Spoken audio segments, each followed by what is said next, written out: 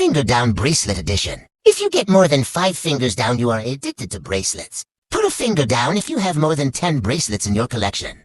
Put a finger down if you have a channel that is for bracelets. Put a finger down if you have more than 5 bracelet kits. Put a finger down if you have a bracelet business. Put a finger down if you are sub to 3 bracelet channels.